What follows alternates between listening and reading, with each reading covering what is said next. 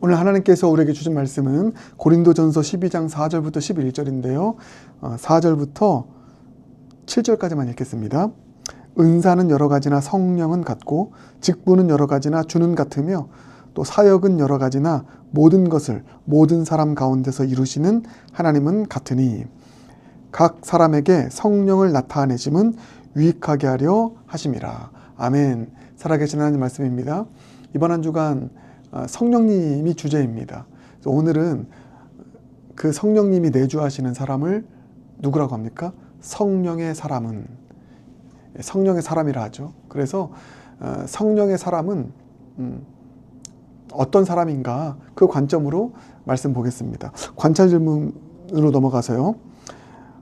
바울은 은사와 직분과 사역에 대해 각각 어떠하다고 말합니까? 4절부터 6절까지 나와 있죠. 여러분 한번 보시길 바랍니다. 은사와 직분과 사역에 대해서 뭐라고 말하고 있습니까? 같은 단어를 씁니다. 여러 가지이다. 여러 가지. 자, 이거 먼저 묵상했으면 좋겠습니다. 은사는 여러 가지다. 직분도 여러 가지다. 또 사역도 여러 가지다. 맞죠? 다 여러 가지가 있습니다. 근데 이 부분을 오늘 좀 우리가 봤으면 좋겠는데, 여러 가지다라고 표현한 것은 은사나 또 직분이나 사역들이나 다 각각의 은사들, 직분들, 사역들을 수평적으로 배열한 것입니다. 이게 참 중요합니다. 여러 가지라고 하는 표현은 수평적인 배열, 다른 말로 얘기하면 수직적인 구분이 아닙니다. 수평적 배열인 것이죠. 그래서 어떤 특정한 것을 더 높이지 않습니다. 방언의 은사든 예언의 은사든 다 여러 가지 중에 하나일 뿐입니다. 이게 너무 중요한 것입니다. 여러 가지라고 하는 표현 뭐라고요? 수평적 배열이다. 자, 그렇다면 성령의 사람은 은사를 또 직분을 사역들을 수평적 배열로 봅니다. 여러 가지로 봅니다. 수평적으로 동등하게 바라봅니다. 성령의 사람들은 은사들과 직분들과 사역들을 수직적 배열로 보지 않는다는 것입니다. 등급 매기지 않는다는 것입니다. 또 서열로 보지 않는다는 것입니다. 은사들과 직분들과 또 사역들이 등급이 있고 서열들이 매겨졌다면 여러 가지라고 하는 이 헬라어 표현을 쓰지 않습니다. 너무 중요한 표현이죠. 성령의 사람들은 은사들과 직분들과 사역들을 여러 가지로 본다. 수평적 배열로 본다. 똑같이 동등하게 본다. 등급 매기지 않고 서열 매기지 않는다. 여러분, 이게 성령의 사람인 줄 믿습니다. 율법의 사람들은 그렇지 않습니다. 바리새인들과 서기관들, 율법 학자들을 보시길 바랍니다. 서열을 바로 매기죠. 교회 안에서도 더 고귀한 일을 하는 사람이 있고 그렇지 않은 사람이 있습니다. 그렇기 때문에 상석에 앉으려고 하죠. 대접받으려고 합니다. 그러면 교회가 깨집니다. 그 신앙은 옳지 않은 신앙입니다. 열매 맺을 수가 없습니다. 그러나 성령의 사람들은 은사, 직분, 사역 다 여러 가지로 본다. 수평적 배열로 본다. 동등하게 본다. 존중해 준다. 여러분, 그럴 수 있는 성령의 사람들 모두가 되길 주님의 이름으로 축복합니다. 다음 넘어가서 바울은 성령께서 각 사람에게 은사를 주시는 목적이 무엇이라고 말합니까? 무엇이라고 말하죠? 12장 7절. 각 사람에게 성령을 나타내심은, 성령을 나타내신다는 것은 본문의 문맥에서는 그래서 은사를 주시는 것입니다. 왜 그렇습니까? 유익하게 하려 함이라. 유익을 위해서. 누구의 유익을 위해서입니까? 공동체의 유익을 위해서입니다. 몸된 지체인 교회 공동체, 그 공동체 전체의 공공의 유익을 위해서 성령께서 은사를 주신 것입니다. 여러분, 그렇습니다. 성령의 사람은 그렇기 때문에 이기적이지 않습니다. 은사를 받은 것, 또 직분을 받은 것, 어떤 특별한 사역을 하는 것, 이것을 나의 이기적인 목적과 특권으로 여기고 사용하지 않습니다. 너무 중요하죠. 공공의 유익을 위해서 사용합니다. 이기적이지 않습니다. 성령의 사람은 이기적이지 않다. 무엇을 하든 나를 드러내기 위해서, 내가 돋보이기 위해서, 내가 더 많이 갖기 위해서 하는 것이 아니라 유익을 위해서, 공공의 유익을 위해서, 교회의 유익을 위해서, 다른 지체들을 위해서 사용한다. 이게 성령의 사람인 줄 믿습니다. 그래서 지금까지 정리하면 성령의 사람은 은사, 직분, 사역을 여러 가지로 본다. 수평적 배열로 본다. 동등하게 여긴다. 첫 번째고요. 두 번째, 성령의 사람은 이기적이지 않다. 공공의 유익을 위한다. 이타적이다. 여러분, 성령의 사람이 된다는 것이 얼마나 그렇기 때문에 필요한 일인지 모릅니다. 그런 성령의 사람들 되시길 주님의 이름으로 축복합니다. 해석으로 넘어갑니다. 바울은 왜 여러 가지와 같다는 표현을 함께 반복해서 말합니까? 그렇죠? 4절, 5절, 6절 보면 은사는 여러 가지나, 근데 뭐라고 나옵니까? 성령은 같고, 또 직분은 여러 가지나 주는 같으며, 또 사역은 여러 가지나 모든 것을 이루시는 하나님은 같다. 이렇게 여러 가지나 같으니, 여러 가지나 같으니, 이것을 계속해서 함께 배열하고 있습니다. 함께 반복해서 말하고 있습니다. 왜 그럴까? 그 질문이거든요. 이 여러 가지, 답은 이것입니다. 이 여러 가지들의 출처가 같다는 사실을 강조하기 위해서입니다. 여러 가지들의 출처가 같다. 여러 가지들의 근원이 같다. 모든 것은 다, 여러분 잘 보세요. 삼위일체 하나님으로부터 나오는 것이다. 이것을 강조하기 위해서입니다. 어떤 사역을 하든지 출처는, 근원은 같다. 삼위일체 하나님으로부터 나온다는 것을 강조하기 위해서. 제가 왜 삼위일체라고 하냐면은, 잘 보세요.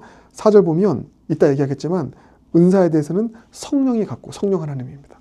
직분에 대해서는 5절 주는 같으며 예수 그리스도, 주인으로서의 예수 그리스도를 말하는 것이고, 또 6절 보면 사역에 대해서는 하나님, 성부 하나님을 표현하고 있습니다. 그래서 참 깊고 오묘한 말씀입니다. 삼위일체 하나님을 말하고 있는 것입니다.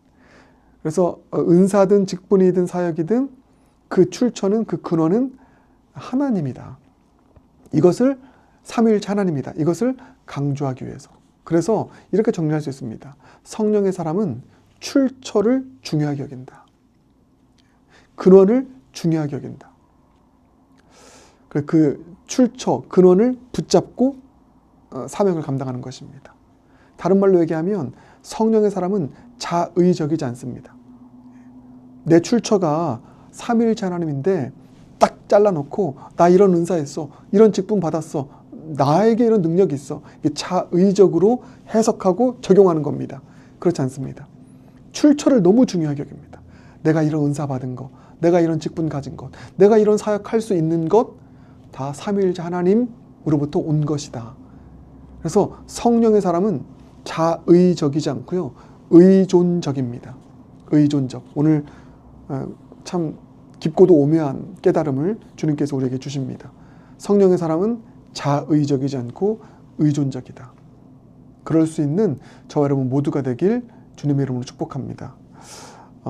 여러분, 출처가 같다, 근원이 같다는 사실을 우리가 늘 인정하고 있어야 우리가 교만해지지 않고, 그렇죠? 예, 은사 내 거야, 직분 내가 잘나서 받은 거야, 교만해지지 않습니다.